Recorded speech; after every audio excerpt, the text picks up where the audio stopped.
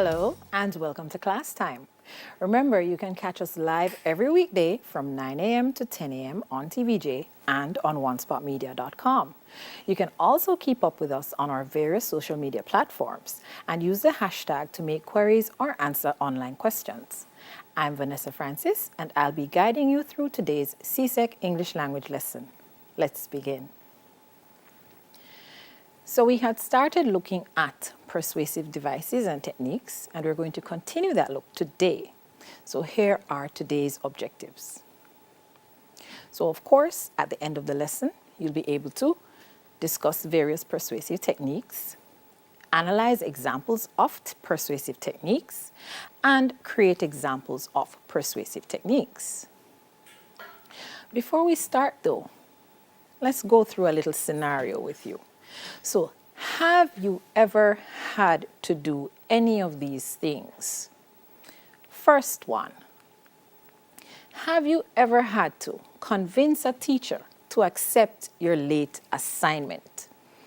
I'm sure at least once in our lives, everyone had to do this because things happen. So, what were the things you had to do to convince this teacher that they shouldn't take marks off if they do accept it? Or if it's that type of teacher, what did you have to say in order to convince the teacher to accept it in the first place? Did you have to give reasons? Did you have to beg and plead? Did you have to just say, Miss, Sir, I'm sorry? What were the things you had to do to be convincing enough for this teacher to take that work from you, late as it is? Next scenario. Have you ever had to convince your parent or guardian to buy you a new or possibly just any phone, tablet, laptop, video game, anything of that nature? Now, think about this prior to the whole stay at home and learning, because prior to that, these were not necessarily high on the list of priorities. So, you had a phone possibly, something happened to it. Of course, you might not have the money to buy it. So you have to go to mommy, daddy, uncle, older sister, older brother, whoever it is, and say, I need a new phone. What were some of the reasons you had to give? What were some of the things you had to do? Again, did you have to list out the pros and cons of not having a phone? Did you have to point out that, you travel far to school and anything can happen along the way and you need a phone in order to communicate with them? Did you have to tell them that the laptop did not crash because of anything you did, but because it was just its time? Did you have to convince them that a video game is necessary for you to unwind because stress is a part of life and that is how you manage stress? So what were some of the things you had to say to convince this person to buy you any of these items prior to now? Switch to present day.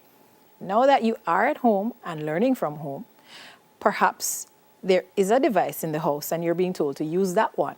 What are some of the reasons you want to give now to get your own device to use? All of this incorporates persuasion. So let's look at our next scenario. Have you ever had to convince a friend to lend you something important to them? So your friend has something you want to borrow. However, it's something that is important. Now, my thing is books.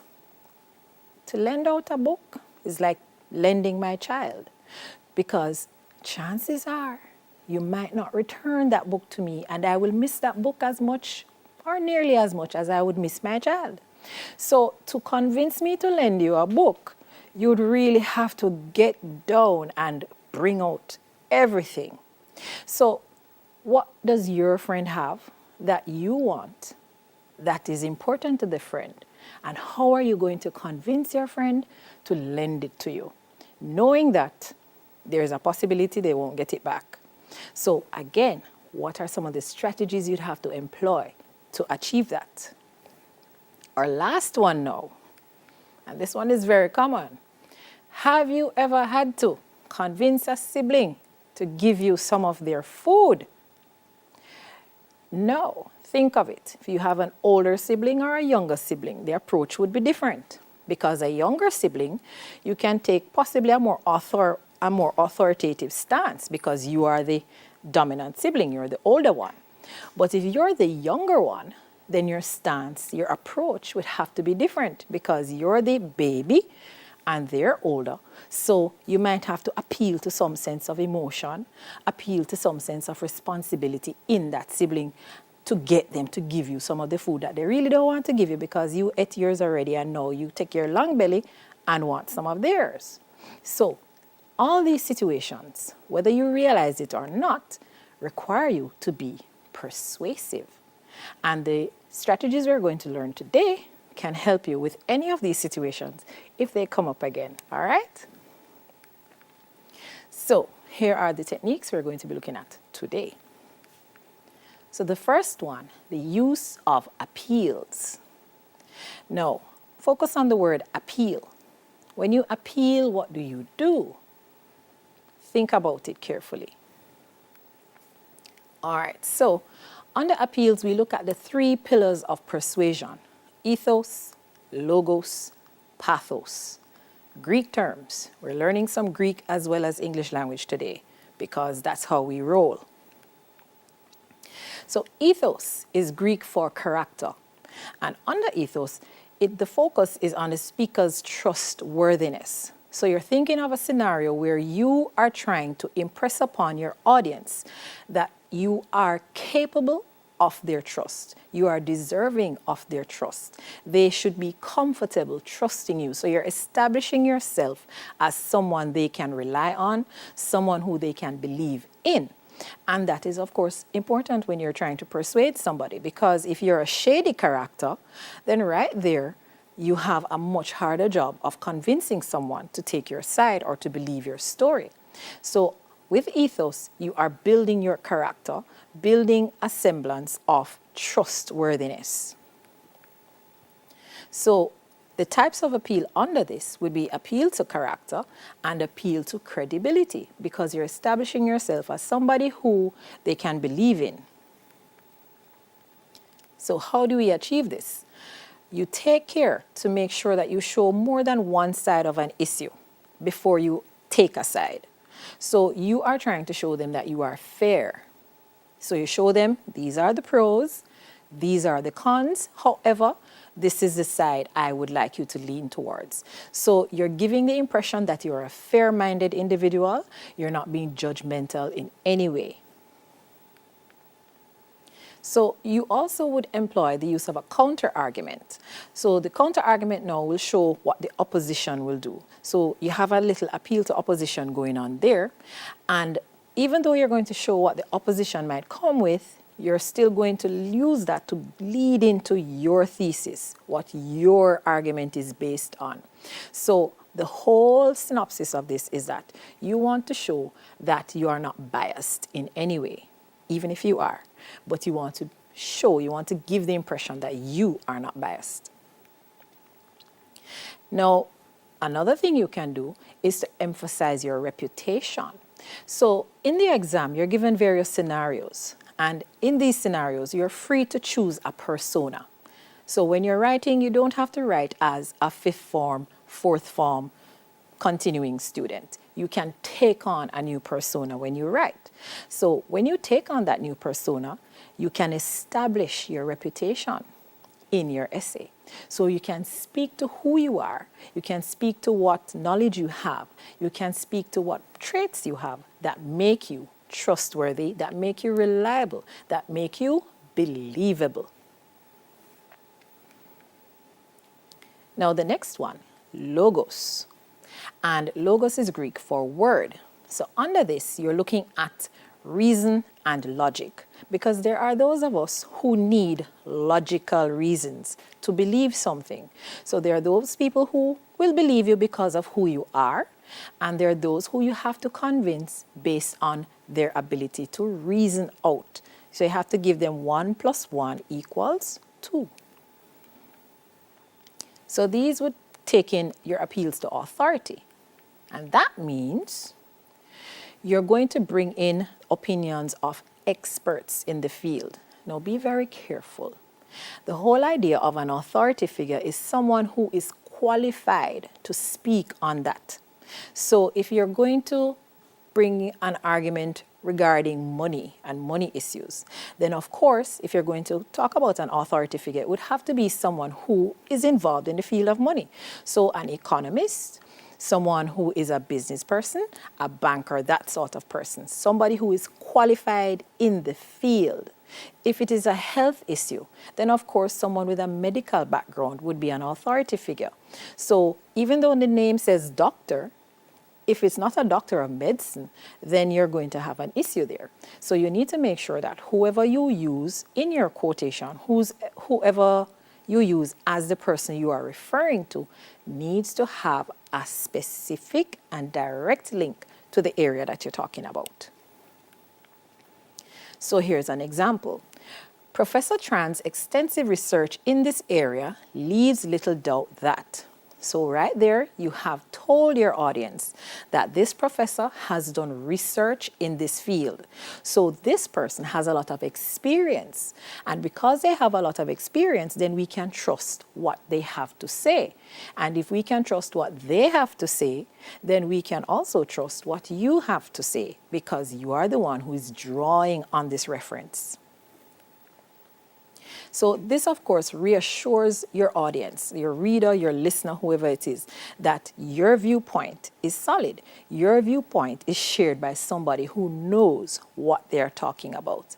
And again, it appeals to logic. So I have said this. This person who is qualified in the field has also said this.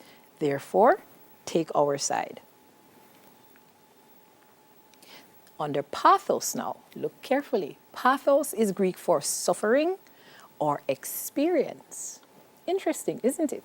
So the focus here now is on the values or the beliefs of your audience. So you are focusing not on yourself, you're not focusing on who you're quoting, you're now focusing on who is listening to you or who is reading your work.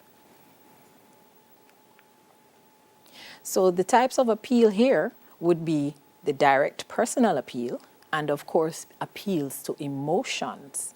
Now, keep in mind, when you appeal to persons on an individual level, it does something for that person. You have designed your argument to specifically target someone, so they feel personally invested in what you're saying.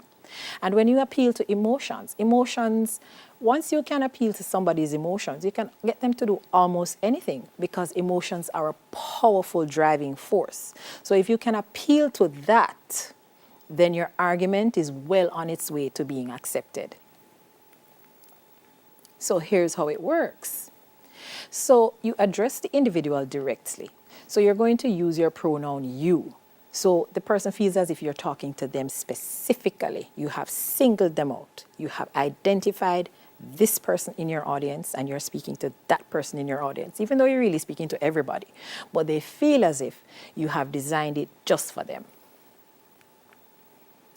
Now here's an example of how you can do this. So enough is enough. Let us speak out against oppression. So you have used us. So you have included yourself with them. So you have made them feel that they are a part of this movement that you're trying to gain. And then the next thing, speak out against oppression. That is something that a lot of people would be passionate about. Nobody likes to see anybody being oppressed. Nobody likes being oppressed themselves. So that is something they can identify with, something they can relate to, and something you can use to help win your argument. And of course, once it suggests people's safety, security, or freedom are at risk, then of course you can motivate them to join you, because nobody wants to feel unsafe. Nobody wants to feel insecure. Nobody wants to feel as if they're in bondage. So these are powerful driving forces to get them to take what you have to say. So how do you achieve emotional appeal? So of course it's through the diction, the word choice. And you'll notice through all of English language, every study you do in English language, your choice of words carry weight. Your choice of words are what will push whatever you're saying ahead. So the diction can arouse hopes, fears, desires, anger, sympathy, any strong emotion. The words you choose, and if you choose them carefully, have that effect. So here's an example now. So there are plans for our national helpline. This should be fast-tracked. In the desperate late-night hours, a prompt reply could make the difference between life and death. Now notice the words that are highlighted. These are words that can be used to stir up certain emotions. The word desperate, the word prompt, life and death. These are very strong emotive words. And of course, because you have done all this, the reader now will have an emotional reaction to what you have said. So the reader now is motivated. You have stirred up some fire deep in their soul. So you have stirred them to anger, you have stirred them to sympathy, you have stirred them to love, to sadness, whatever emotion you have pinpointed as the one you want to use. You have made that come to the fore, and now they are ready to accept what you're saying and to join you in whatever it is you want them to do. Yes, there is some amount of manipulation going on. That's the nature of persuasiveness. So let's look at this now. So try and think of some appeals you could use based on this scenario. So think of an argument for, an argument against based on this scenario. A vacation abroad is much better than one spent in your own country. Think of something you can use that is an appeal to either their emotions or their logic or anything of the sort that can support this. But also think of something that will oppose it. So think carefully. So here are two possible arguments you could have thought of. So to support, you could have said, studies by Dr. Faith Samuels, clinical psychologist, have shown that the overall rate of health and well-being experienced while on vacation is much higher among those who vacation abroad as opposed to those who remain in their own country. What type of appeal is this right here? What are the key words that tell you what kind of appeal this is? So it says studies by Dr. Faith Samuels. So you have incorporated somebody who has done studies in the area. So you have made an appeal to an authority. So right there, whoever is watching or listening will think, oh, so a doctor has done this study and this is the result of the study. So perhaps I really should go abroad instead of staying home for vacation. Now here's an argument against it. Think of the unexplored splendors in your own homeland that you will not be able to discover if you constantly vacation abroad. What type of appeal is this now? Have you incorporated a researcher or an authority figure? No, you haven't. So it's not an appeal to authority. Is it an appeal to logic in any way? Have you given any facts and figures? No, you haven't. But what you did was tap into how they feel. So you have said, think of the unexplored splendors in your own homeland that you will not be able to discover if you constantly. So you have kept telling them, you. So you have pulled them in, you have made it personal to them. You have made a personal appeal.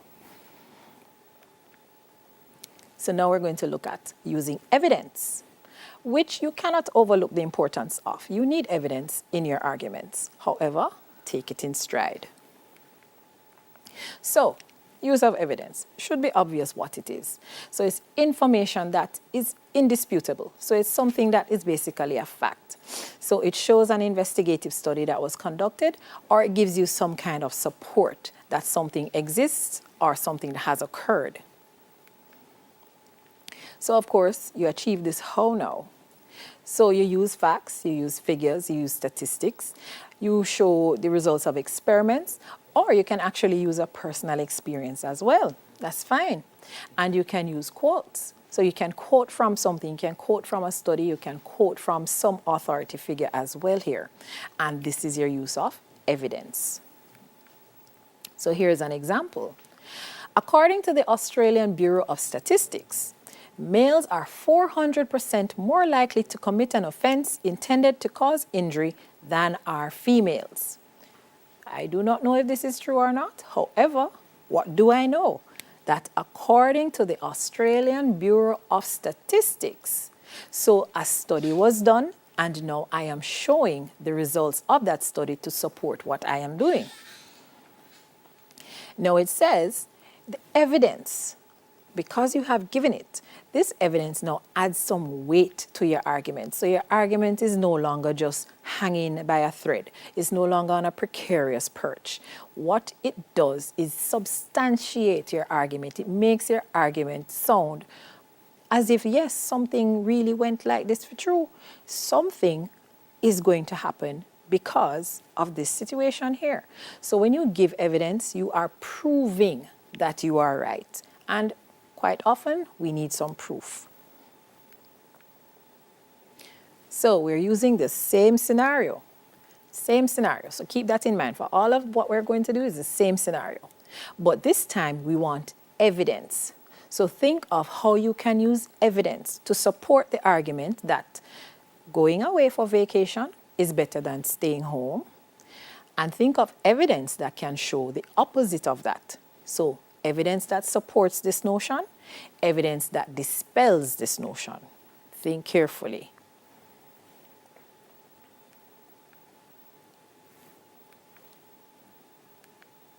So let's see what you could have said.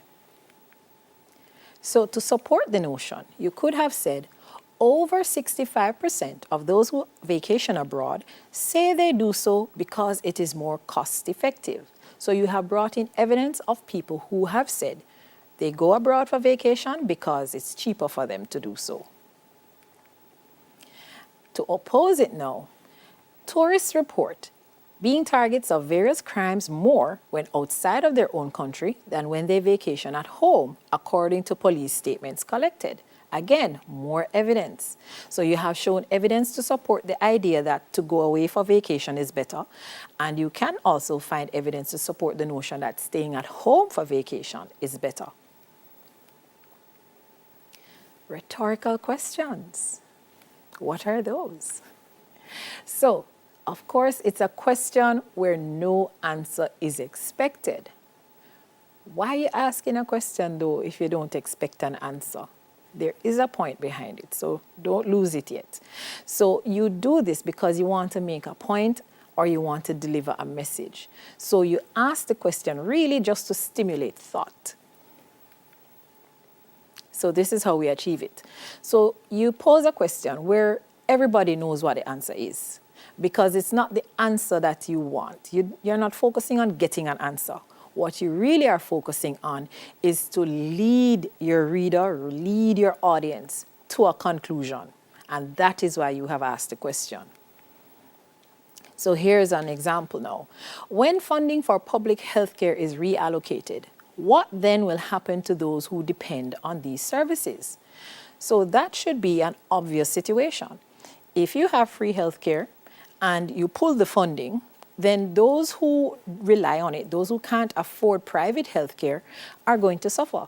So you don't expect anyone to answer you, but you do expect them to think about the repercussions of this thing that you have suggested. So the questions make the audience think. And what are they going to think about? They're going to think about the message behind the question. So it's not the answer to the question that you want. You want them to think about the answer to the question.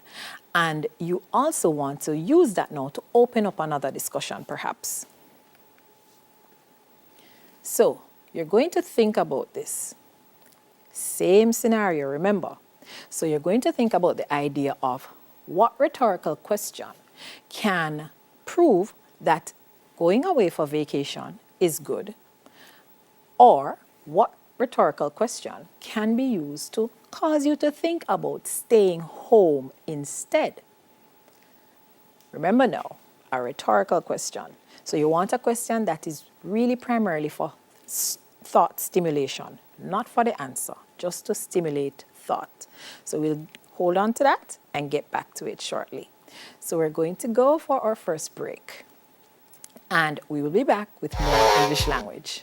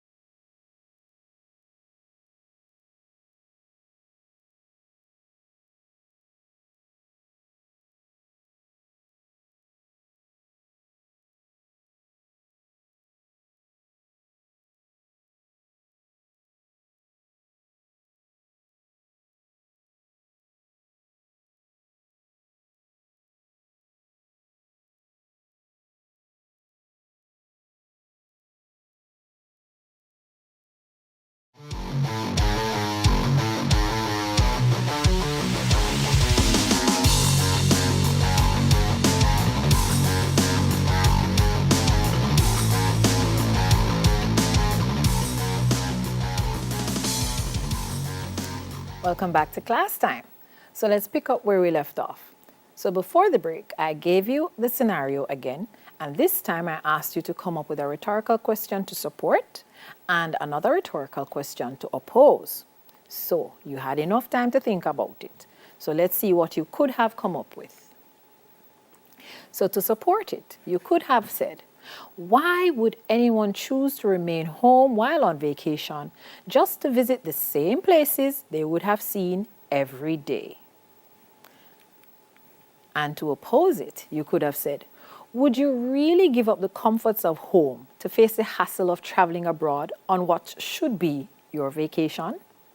So right here, you see two examples of how you can use rhetoric or rhetorical question to support an argument or to oppose the argument. So now we're going to look at an analogy and the use of analogies. So what is it, of course? We have to start there. So it's a form of reasoning which compares one thing with another in order to make a particular point. But hold on a little bit. In the previous lesson, we looked at two ways to compare, didn't we? We looked at metaphor and we looked at simile. So how is this different or similar to either of those? Now, the idea is in using an analogy, you might incorporate the simile, and you'll see that when you see more examples. So you will somehow have to use like or as at times in your comparison. But the idea is, and here's where the difference lies, you are comparing one thing to another in order to make a point. So you're not just saying this is like that and full stop. You're doing that for a greater purpose behind it. So it simplifies something that might be hard to understand. So you're using a complex situation. You want to show a complex situation, but you understand that not everybody quite gets it. So for instance, I was speaking to a colleague earlier. I'm not a math person. So if you want me to understand a math problem, you have to simplify it because I'm not going to get it. So using an analogy perhaps would work. So you're trying to let someone understand something complicated or something complex, and you compare it to something that they can relate to, that they already understand. And that connection now helps them to understand what you were trying to put out in the first place. So if you look at this situation, worrying is as effective as trying to solve an algebra equation by chewing bubble gum. And I just told you, me and math don't get along very well. We have a passing relationship, hi and bye, and that is it. So by telling me now that worrying is as effective as chewing bubblegum to try and solve a math problem, I understand clearly that worrying makes no sense because chewing bubblegum to solve a math problem makes no sense either. So those two things are being compared to make it easier for me to understand the concept you're trying to put across. So you compare the ideas to what the audience knows. So what they already know, you're using that to get them to what they don't know or don't quite understand, don't quite grasp.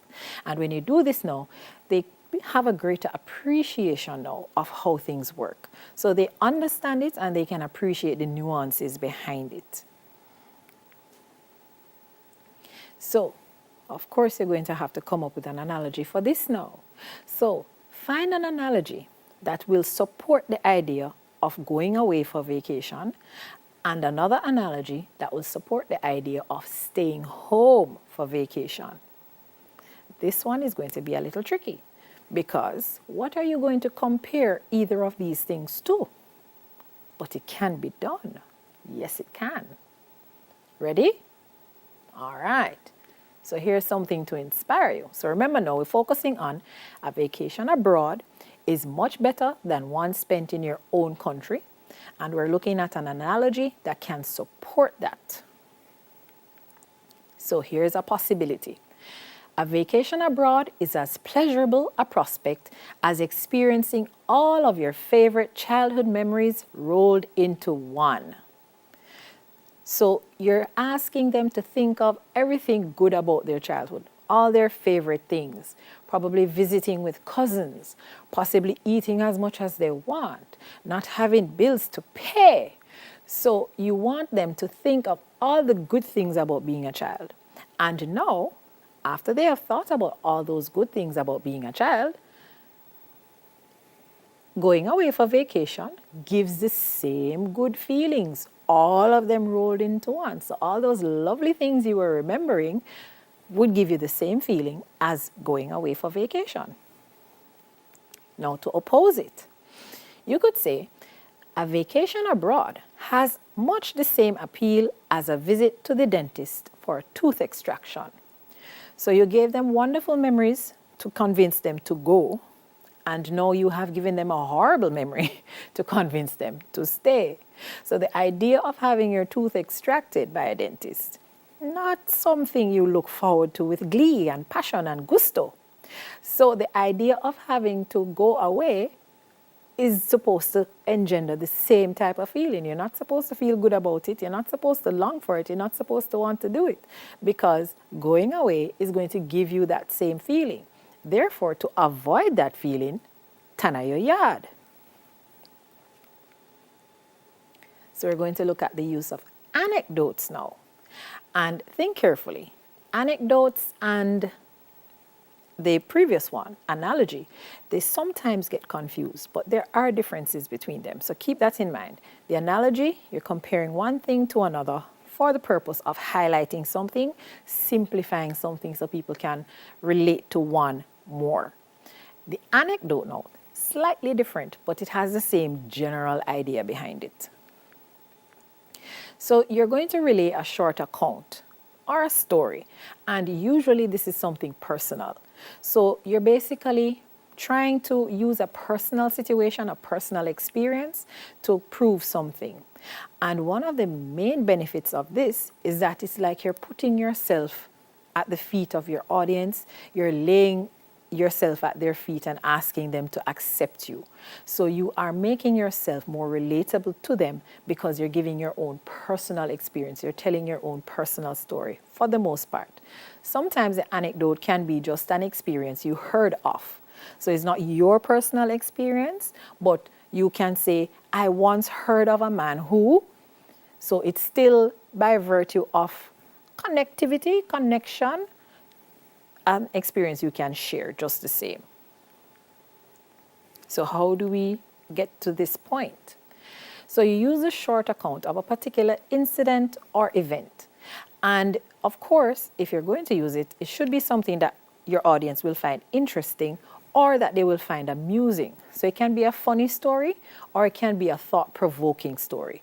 But it should, again, be something that causes them to think, something that will be relatable to them. Because at the end of the day, remember, your aim is to use this to persuade them. So it must be something that they will have some amount of interest in. It can't just be a little one-away story that has no point. It must be something that they will find very interesting, that will provoke thought, or it must be something that they will find some humor in, something that they can laugh about and say, oh my goodness, I can't believe that happened to you. But the same thing happened to me, or it happened to a cousin of mine. And right there you have captured them, because right there they can relate to you. And you're using this, of course, to support a claim. So think of this example. When I tried to apply online, I was met with so many roadblocks that I almost gave up. So again, you have used a personal situation. And this is something quite a few people can identify with, especially now, because much of what people used to do in person is now being done either over the phone or via computer or other device. So by telling them that in trying to apply online, it could be applied to a school, apply for a job, apply for a loan, whatever the case may be, some form of application that you have done. In trying to do that, of course, we were met with so many roadblocks. And we can think of the many things that could happen. Could be that you had internet issues. Could be that the page was set up so technically you couldn't figure out where you needed to go, because quite a number of business places, and I'm not bashing anyone, but some of you need to go and recheck your websites. They're not so user-friendly to those who don't know what they're doing. So you need to ensure you make it nice and plain and straightforward. All right, community service announcement over. So You can talk about the different roadblocks, and people can identify with that because everybody at some point has an issue with online. So if you're not compliant with it, you're going to have issues. So right there, you have made yourself very relatable to the people you're trying to talk to the people you're trying to persuade. And of course now, the casual observer, can draw a conclusion. And this personal experience might not be valid, but you haven't proven it, but they still can share in it some way. So it is not a fact that you have given. Remember that. You haven't given a fact. It's not evidence-based like the other techniques before where you can check that, you can fact check. For this type of situation, you're basically tapping into their personal experiences, their background, the things that they might know or understand based on what they have been through or what they know people have been through. So your conclusion is not going to be fact-based, but it will be emotional-based, it will be experience-based, and it is just as valid as any other. Because remember we said, emotions are powerful forces. Some things require logic, other things require emotion. So now, we achieve this how? So you use a short account of a particular incident or event of an amusing nature. Remember now, you bring up a situation that somebody can relate to. Then you make sure that your conclusion is valid even though you can't fact check it. And then it is easier for people to believe something that someone else has experienced than it is for some people to process various statistics and figures and so on, because not everybody, again, is mathematical. So telling them 50%, 80%, 20%, yes, that's good, but not everybody can relate to that. And remember now, when you're writing for a variety of people. So it's not just one type of audience that you're trying to persuade. And at the end of the day, you need to pull out all the stops. So you need to incorporate various mechanisms so that if it's somebody who requires logic, you give them logic. If it's somebody who requires emotion, you give them emotion. So not everybody can relate to the whole idea of facts and figures, but there are some who better relate to a personal or a shared experience. They can understand what you're saying because it is something that they can visualize, something that they can see happening, something that they might have experienced themselves. So, remember now, same scenario being used. So, think of a supporting argument for vacationing abroad being better than staying at home. Think of an argument opposing the idea that vacationing abroad is better than staying at home. And you're going to be using what again? Right, using an anecdote. So you want a little personal story, something that people can again relate to. And because they can relate to it, then they can understand where you're coming from, they can see your point, and most importantly, accept and agree with it. Finished? You ready? All right, so let's have a look. So a supporting detail you could pull on. My first vacation abroad was such a memorable experience that I would encourage anyone who is able to go overseas for their own vacation. So right there, you have told them that it was such a happy time, such a wonderful time, you had such great fun that you would encourage anybody to do the same thing. So right here, person who is listening, who might not have thought about it, can say, well, it worked for him, it worked for her, so maybe it can work for me too. Now, of course, we have to think of the other side of the coin. So here's the thing that you could say. My first vacation abroad was such a stressful experience that I would encourage anyone who is able to stay home for their own vacation. So we have two sides of the coin. One person has said it was memorable, it was pleasurable, it was wonderful. So they'd encourage you to go. The other person, based on their personal experience that they have shared, says that nothing like that happened. It was so stressful. And that is a powerful notion to bring up because most people who are of sane minds want to avoid stress or want to avoid adding stress to the stress they already have. So by bringing that up, you are therefore saying to somebody who is feeling very stressed out and is about to take a vacation to de-stress, going abroad is not going to do it for you. Going abroad is going to add to what you're trying to already avoid. Going abroad is going to cause you more stress than you already have. Do you really want to do that, sir? Do you really want to do that, miss? So right there, your audience is listening and thinking, but the whole point of a vacation is to relax. But if you said you went and it was stress, I don't want any stress. I want to relax. Maybe I should just stay home, sit this one out. All right, so we're going to look at using generalizations. Of course, what is a generalization? So you use this when the writer assumes that what goes for some goes for all or a much larger group. So the idea is you're extrapolating an idea onto people. So you know that a lot of people believe this, so you're going to just say, everybody believes it. But please, be careful. So how do we achieve it now? So you use a sweeping statement. That's what they're called, a sweeping generalization.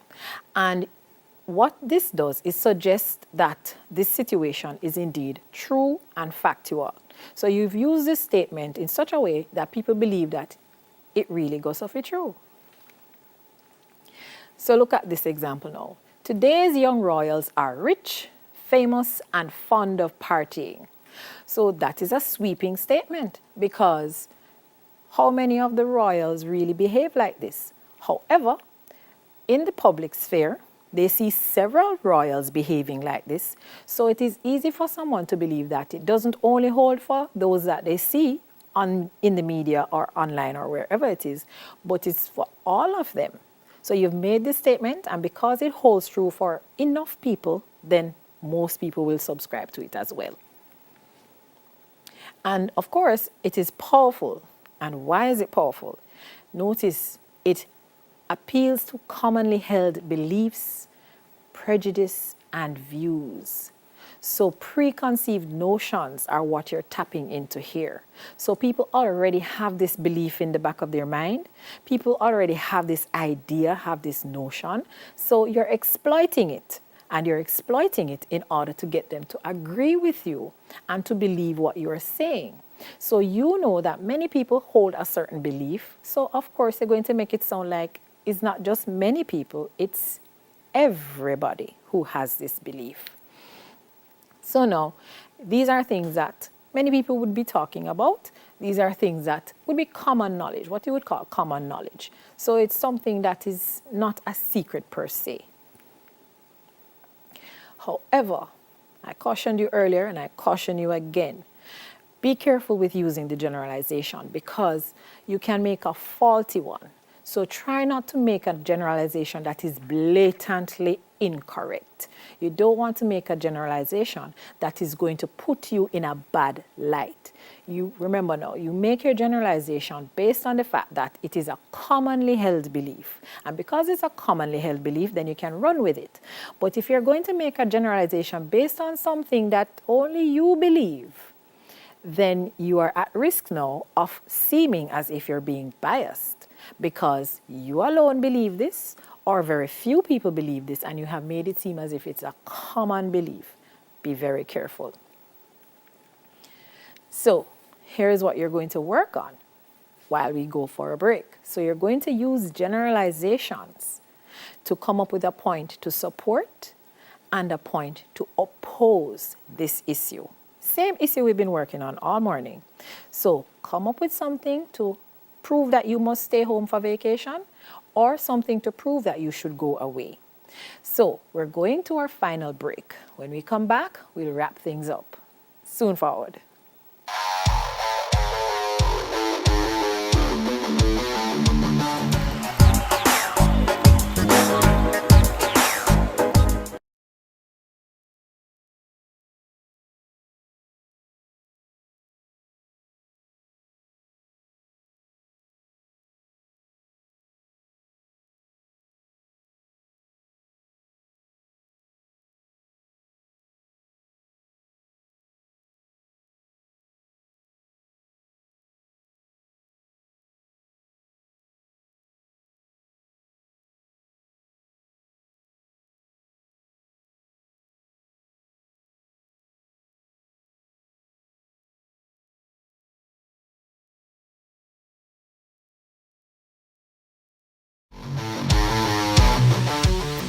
Welcome back.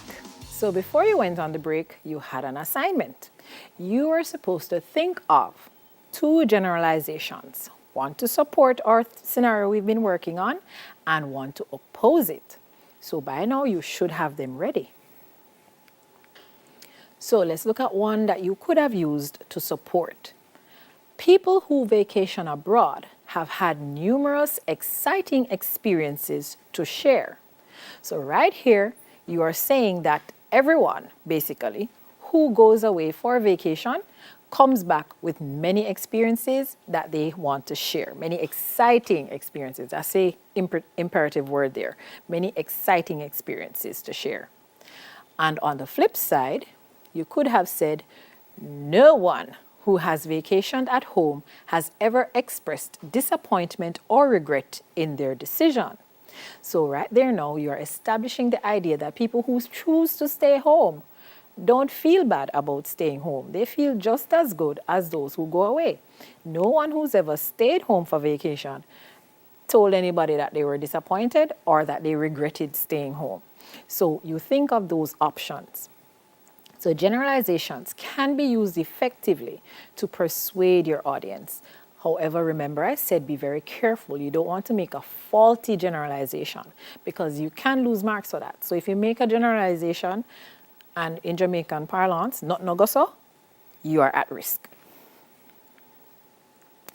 So of course we touched on this in a previous lesson, the use of humor. Laughter is good medicine, you know, and it's a good persuasive technique too. So when you use humor, what you're doing is accessing the audience's innate propensity for mirth to engender them to taking your side. So basically, you're tapping into people's feel good genes and emotions in order to lighten the mood, lighten the tone, and get them to be more receptive of what you're saying. Because if you put someone at ease, then of course they'll be more inclined to listen. And if they're more inclined to listen, then they're more inclined to believe. And that is what you're aiming for. Remember I said, no, this is low-key manipulation that you're doing. So here's how we work on it now. So you're going to provide a more engaging and friendly tone. So as I said before in a previous lesson, you don't want to be too serious right throughout the whole argument you're making.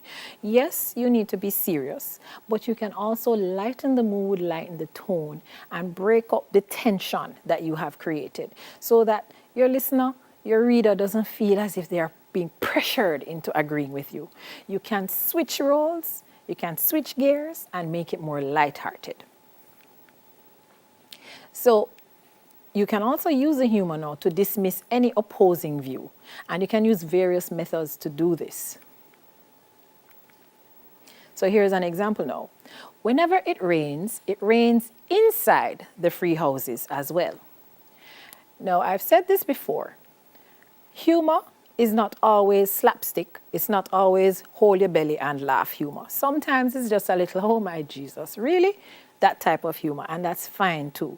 So humor can be more sardonic, it can be more sarcastic too, but it is still classified as humor because you have given somebody something to chuckle about. So if it's even something to shake their head and say, oh, Lord, geez, they really said that? That is fine. Nothing wrong with that. So you sway the audience now by having them become part of the joke. So when you tell them that it rains inside the house, anybody who has ever experienced a leaking roof can identify with this. So they say, oh my, it's bad for true. So, of course, how are you going to employ humor now to support this or employ humor to oppose this? Think carefully.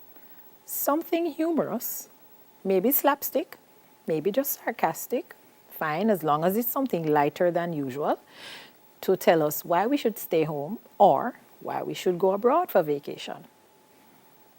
Ready? Sure you are. So to support it, yes, stay at home where Mauta Masidori, who you see every day and who you desperately want to get away from, lives. So right there you have conjured up this image of somebody in the community, probably even in the house, who is very, very talkative of others' business. For an opposing view now, imagine have to run like your life depends on it to catch a flight while trying to shepherd wayward children, haul multiple bags of luggage, and maintain your sanity simultaneously. Again, this is some very disturbing images now, because everybody will feel traumatized by now. You're going to laugh if you see somebody else going through it, but you don't want to put your own self through it. So the humor here is at the idea of going through this. And the humor here is effective because you can picture this in your mind. You have 3 children, 4, maybe more, and you have to be corralling all of them. You have to be hauling all kind of bag and pan. You have to be, oh my goodness, that's not a nice sight to think of. So the use of attack or praise. So of course, when you give an unflattering or a flattering expression, you are trying to influence your audience to either like them if it's flattering or dislike them if it's unflattering. So you attack them to engender dislike, or you praise them in order to get them to like them. So when you attack, of course, you're going to be belittling a group or an individual. And when you praise them, you want to make them look very outstanding. So you're going to say the best things about them in order to get them to look good. So here's your example now. The sorry state of the community's economy is not just a consequence of drought, but more than a century of dysfunctional management. So right here you have attacked the management of this community. So you're saying that it's not the drought alone that caused the community to be suffering right now. Mismanagement has greatly contributed to that. And of course, when you attack, it makes us think badly of the person or the group. And when you praise, it makes us think great things about the person or the group. But still, you must have caution. So you can offend someone if you alienate the audience. So be careful when you use an attack or you try to ridicule an institution, because you don't know who in your audience might be associated with that institution.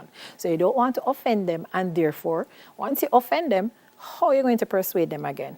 Think about it.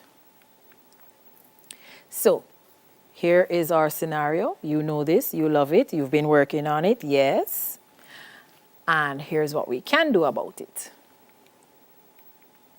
So, to support the notion, traveling abroad for vacation allows for the development of a level of sophistication that vacationing at home is unlikely to provide. So the people who go away are more sophisticated. You're praising them. As opposed to those who opt to vacation abroad rather than support local economy are disloyal to their country. What have you done? You have made it look like an ultimate shame. So think of all of this that we have done so far. So, my dears, that's all the time we have for this lesson. Thank you so much for joining us today. And be sure to join us again tomorrow at 9 a.m. for more class time. Until next time, keep safe.